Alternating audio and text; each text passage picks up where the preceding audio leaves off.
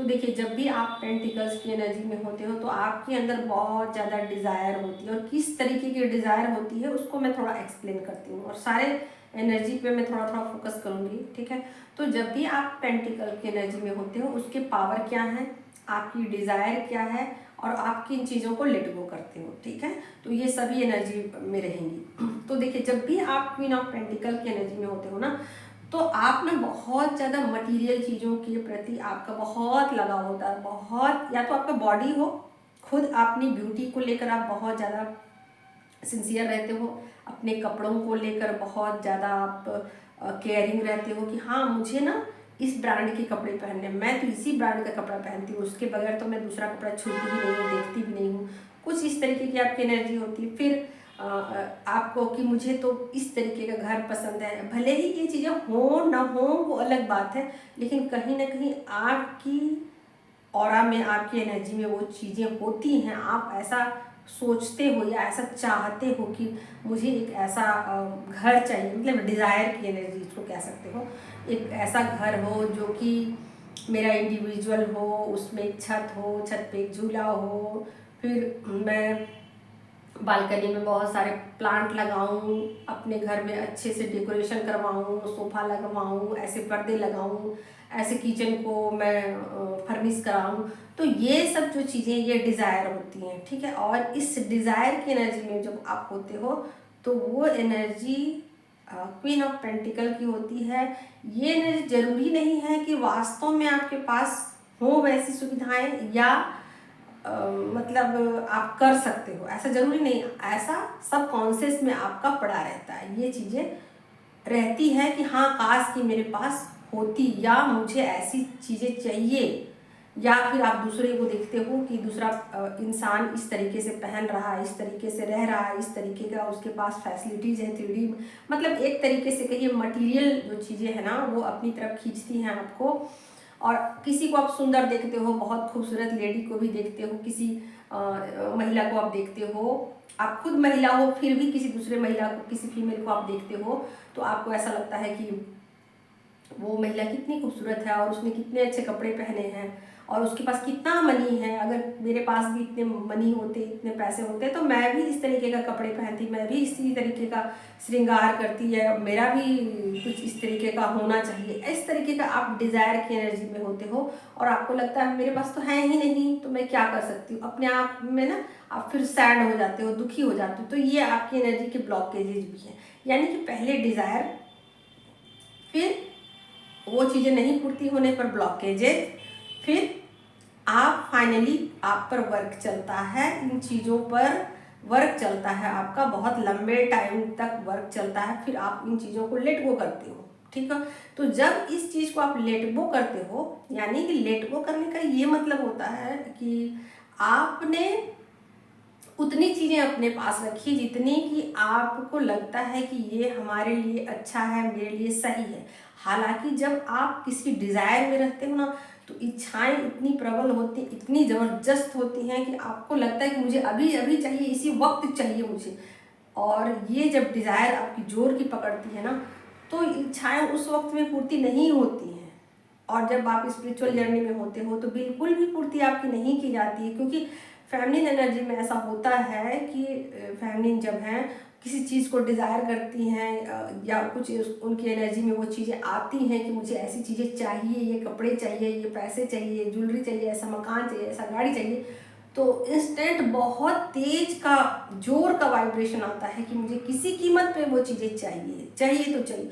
But अगर वो ये चीज़ें पूर्ति ना हो, किसी भी तरीके से ना मिले, तो कहीं ना कहीं ये फिर आपकी एनर्जी में एक ब्लॉकेज भी लेके आता है, साथ के साथ में आपकी एनर्जी की वाइब्रेशन को लो भी कर देता है, आप लो एनर्जी में चले जाते हो। उसके बाद क्या होता है कि आप उन चीज़ों पर पूरा पूरा समझते हो, वर्क करते हो, और फिर चीज़ों को लेट गो करना शुरू करते हो कि नहीं, ये चीज़ें मुझे नहीं चाहिए। क्यों ऐसा क्यों होता है? क्योंकि आप समझ जाते हो कि ये चीज़ें अधिक रहने से, बहुत ज़्यादा रहने से ये सही नहीं है। ज़िंदगी में और भी चीज़ें ज़रूरी होती है, पैसे की अहमियत के अलावा भी आप रिश्तों को अहमियत देना शुरू करते हो और आपको लगता है कि नहीं इतना ज़्यादा भी पैसा पैसा करना अच्छी बात नहीं है, पैसे होने चाहिए बट कम भी चलेंगे। ऐसा नहीं है कि सिर्फ पैसों से ही ज़िंदगी चलती है, कुछ रिश्ते भी चाहिए। तो कुछ इस तरीके की आपकी एनर्जी में शिफ्टिंग आती है। तो जब आपकी एनर्जी में शिफ्टिंग आती है तो पैसों की वैल्यू थोड़ा कम हो जाती है। थोड़ा कम कहने का मतलब यहाँ बिल्कुल ये नहीं है कि आप पैसों को बिल्कुल लेट गो करते हो, नहीं। पैसों के बगैर यहाँ सर्वाइव कोई नहीं कर सकता 3D में, ये सच्चाई है।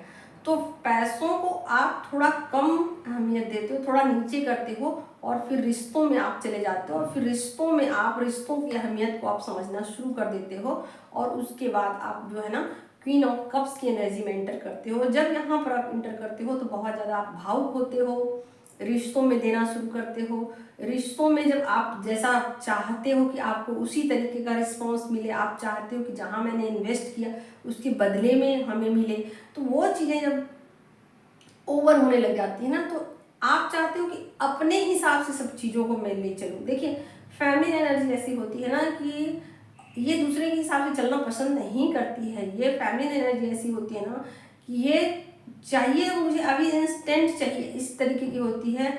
और फिर इस तरीके की होती है कि मुझे अपने हिसाब से चलना है, मुझे दूसरों के हिसाब से नहीं चलना है। तो थोड़े से आप ये कहो कि डिज़ायर ज़्यादा होती है, भावुकता ज़्यादा होती हैं और किसी को कुछ दे रही हैं तो ओवर ज़्यादा ही देते जा रही हैं। उस वक्त दिमाग वो नहीं लगाती कि मुझे इस चीज़ में रिस्ट्रिक्शन लगाना चाहिए या कुछ ज़्यादा मैं दे रही हूँ, मैं कुछ ज़्यादा कर रही हूँ।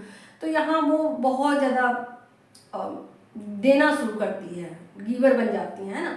तो यहाँ पर फैमिली एनर्जी जो है ना, इनके लिए ब्लॉकेजेज ये होते हैं एनर्जी के कि अब इनको कोई कुछ बोल दे, टोक दे, रोक दे तो इनको बहुत बुरा लगता है और उनको ऐसा लगता है कि तुम होते कौन हो मुझे बोलने वाले, तुम कौन होते हो मुझे टोकने वाले।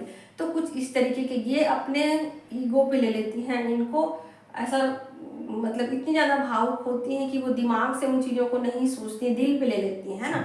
तो जब वो दिल पे ले लेती हैं तो यहाँ पर उनकी एनर्जी में ब्लॉकेजेस आते हैं और जब पूरा इनकी एनर्जी पर वर्क होता है, सब सिचुएशन से इनको गुजारा जाता है, तब जाकर के इनकी एनर्जी के ब्लॉकेजेज रिमूव होते हैं। और जब ये ब्लॉकेजेज रिमूव होते हैं तो रिश्तों को ये लेट गो करती हैं।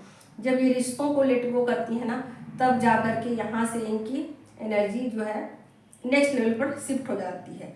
और यहाँ से जब वो शिफ्ट अगली एनर्जी में चली जाती है ना, तो फिर मोटे तौर पे आप ये कहिए कि बहुत ज़्यादा वो डिज़ायर की एनर्जी से निकल चुकी होती हैं। क्योंकि क्वीन ऑफ पेंटिकल की जो एनर्जी होती है ना, वो बहुत ज़्यादा मटेरियल चीज़ों की डिमांड करती है और क्वीन ऑफ कप्स की जो एनर्जी होती है ना, वो रिश्तों की डिमांड करती है, सेक्सुअल डिमांड है यहाँ पर वो बहुत ज़्यादा सेक्सुअल डिमांड भी बहुत ज़्यादा करती हैं अपने पार्टनर से। तो इन चीज़ों से अगर फैमिली एनर्जी निकल जाती है पेंटिकल की एनर्जी से और क्वीन ऑफ कप्स की एनर्जी से, हालांकि क्वीन ऑफ कप्स की एनर्जी से निकलना सबसे ज़्यादा डिफिकल्ट है और उससे मतलब फैमिली एनर्जी जो है अगर वो निकल जाती हैं तो ये उनके लिए बहुत ही अच्छा होता है। उनके लिए पावर चाहिए होता है, बहुत ज़्यादा करेज चाहिए होता है, बहुत ज़्यादा हिम्मत चाहिए होता है।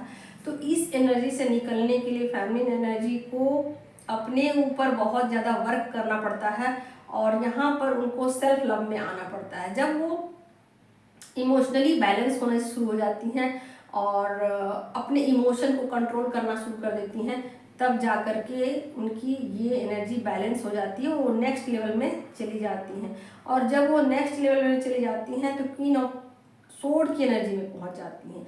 और जब वो क्वीन ऑफ सोर्ड की एनर्जी में पहुंच जाती हैं तो उनको एक तरीके से कहा जाए कि उनकी मस्कुलिन एनर्जी जो है ना, वो बैलेंस होनी शुरू होती है। और जब उनकी मस्कुलिन एनर्जी बैलेंस होनी शुरू होती है ना, तो वो अपने हक के लिए लड़ना शुरू करती है। उनको समझ में आने शुरू होती है चीज़ें, थोड़ी थोड़ी उनको धुंधली धुंधली सही मगर चीज़ें समझ में आनी शुरू हो जाती है। उनको ऐसा लगता है कि मैं ज़्यादा ही लोगों को दे रही हूँ, लोग बदले में मुझे नहीं दे रहे हैं।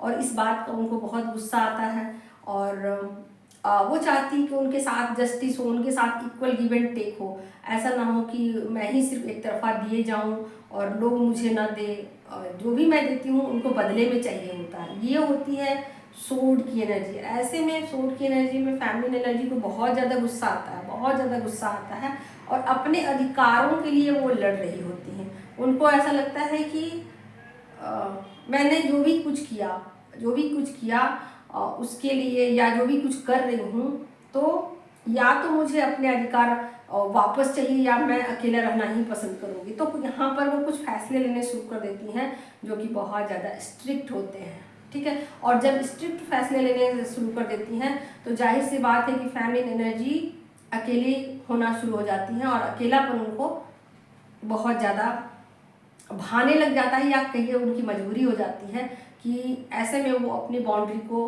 उनको ऐसा लगता है कि लोग मेरे कहना नहीं सुनेंगे, मेरी बातों को नहीं मान रहे हैं, ऐसे में मैं भी अपनी एनर्जी लोगों को नहीं दूंगी। जब तक मुझे अपनी एनर्जी में इक्वल गिव एंड टेक नहीं मिलेगा, मैं लोगों को नहीं दूंगी अपनी एनर्जी।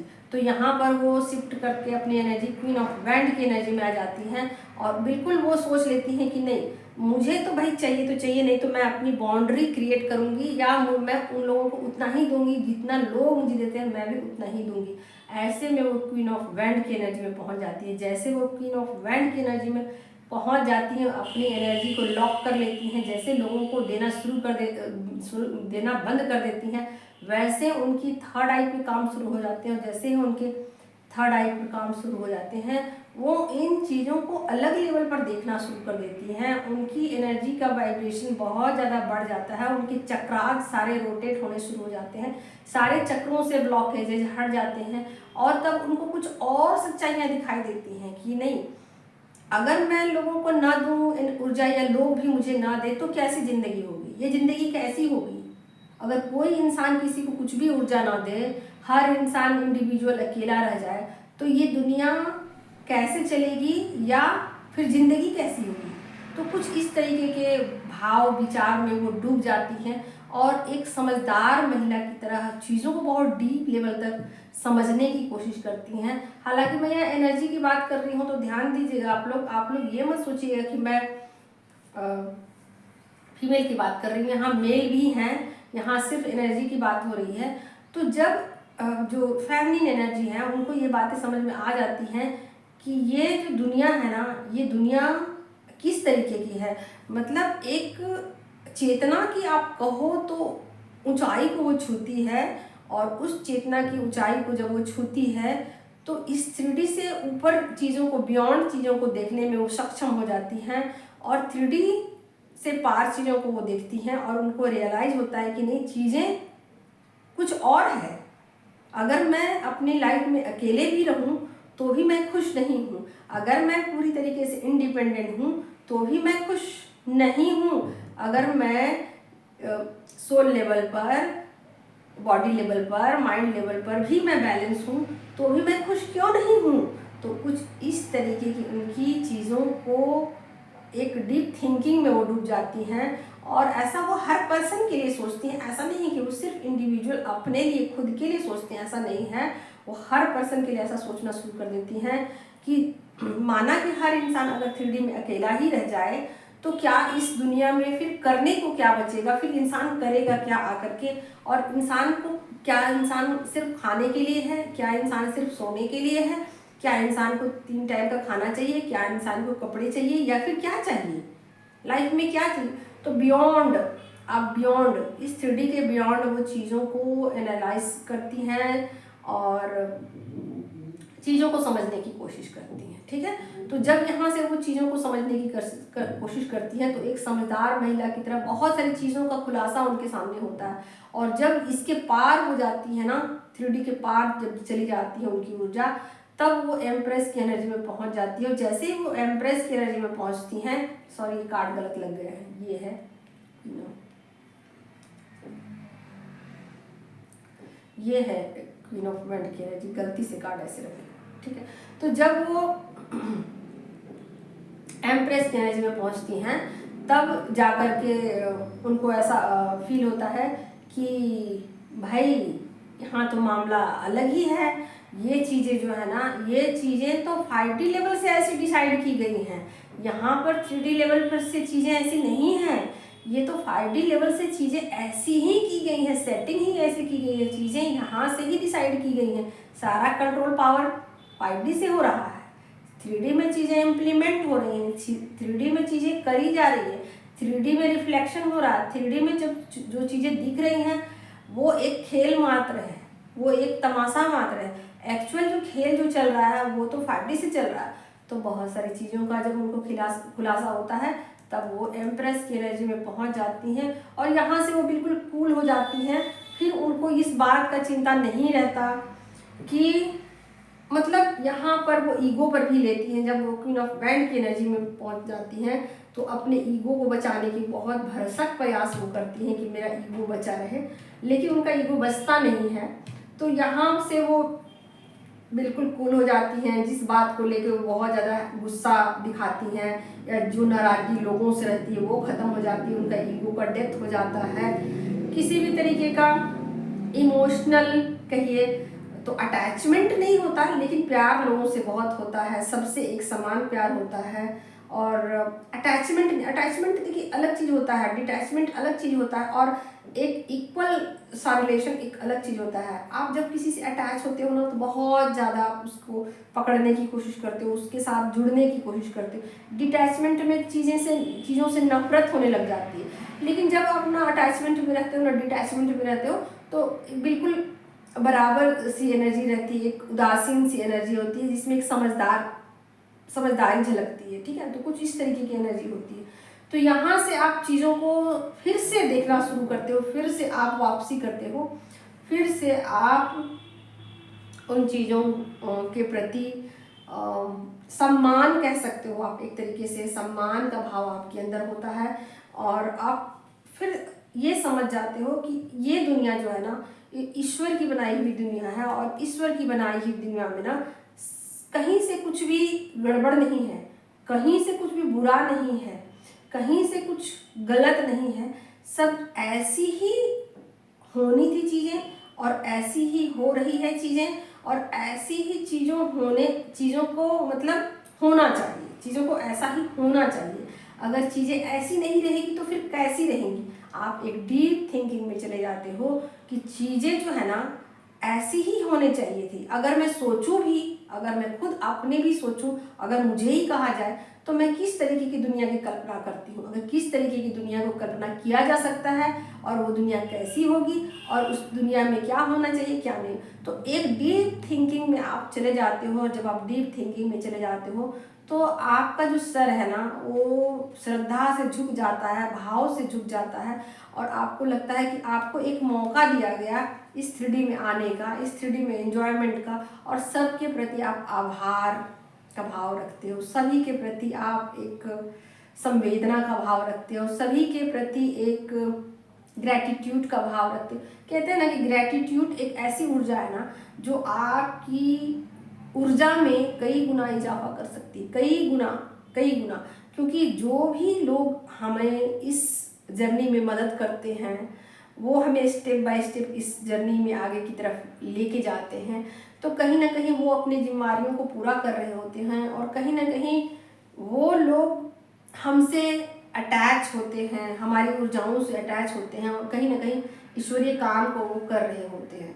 तो इस तरीके से फेमिनिन एनर्जी जब एम्प्रेस की एनर्जी में पहुंच जाती है तो बहुत ज़्यादा वो बैलेंस हो जाती है, कूल हो जाती है, श्रद्धा का भाव होता है, प्रेम का भाव होता है, समर्पण का भाव होता है, और किसी के प्रति कोई शिकायत नहीं होता है, और डिज़ायर की एनर्जी भी नहीं होती है। हाँ, माना कि बहुत सारे लोग कह सकते हैं कि पैसों के पीछे नहीं, किसी भी चीज़ के पीछे उतना ज़्यादा अटैचमेंट नहीं होता है, पैसे भी उनको उतने ही चाहिए होते हैं जितने की उनकी कहने का मतलब है कि उनकी जो भी ज़रूरतें हैं उतनी पूर्ति हो जाए। ठीक है, तो ये चीज़ें ऐसा शुरुआत में ऐसा होता है कि वो पेंटिकल की एनर्जी में बहुत होती हैं, बहुत लस्ट होता है, बहुत उनको एनर्जी में ऐसा होता है कि वो लो वाइब्रेशन में होती है ना, तो बहुत चीज़ों को अट्रैक्ट कर रही होती, मैनिफेस्ट कर रही होती। लेकिन जब वो एम्प्रेस की एनर्जी में पहुंचती है ना तो चीज़ों को मैनिफेस्ट नहीं करती हैं, बिल्कुल नहीं करती हैं। एम्प्रेस की एनर्जी में पहुंचने के बाद वो फ्लो में जाना पसंद करती है, डिवाइनली चीज़ों को एक्सेप्ट करती हैं, चीज़ों के अनुसार खुद को ढाल लेती हैं। हालांकि वो चाहें तो उनकी इतनी पावर अधिक हो जाती है कि कभी भी किसी भी एनर्जी में वो शिफ्ट कर सकते हैं, अपने आप को किसी भी एनर्जी में एडजस्ट कर सकती हैं, लेकिन वो ईश्वरीय विधान के अनुसार, ईश्वरीय इच्छा के अनुसार खुद को समर्पण भाव से रखते हुए, अपने कार्यों को करते हुए, सेवा भाव को करते हुए अपने आप को फ्लो में ले जाना पसंद करती है। ठीक है दोस्तों, तो आज की इस वीडियो में मैंने यही बताया कि आपकी एनर्जी कैसे कैसे शिफ्ट होती है और कैसे आप एक एम्प्रेस की एनर्जी में पहुंचते हो और कैसे आप जीवन मुक्त हो जाते हो, कैसे आप जीते जी मोक्ष को प्राप्त कर लेते हो, कैसे अपनी ऊर्जाओं को समझते हो, उस पर काम करते हो, डिटैच होते हो, एक्सेप्ट करते हो। तो जैसे आप डिटैच भी करते हो, एक्सेप्ट भी करते हो, डिटैच भी होते हो, एक्सेप्ट, वैसे वैसे आपकी ऊर्जाओं की शिफ्टिंग हो जाती है। ठीक है, तो जीते जी आप मोक्ष को प्राप्त हो जाते हो, क्योंकि आपने सभी एनर्जी को समझा, सबको जाना, सबको पहचाना और लास्ट में आपने डिटैच भी किया और सबके बाद आपने खुद को एक्सेप्ट किया कि हाँ, मैं इन सब के पीछे जिम्मेवार मैं ही हूँ। किसी और पर आप दोषारोपण नहीं करते। जब तक आप किसी और पर दोषारोपण करते हो तब तक आप जीवन मुक्ति की दशा में नहीं पहुँचते हो।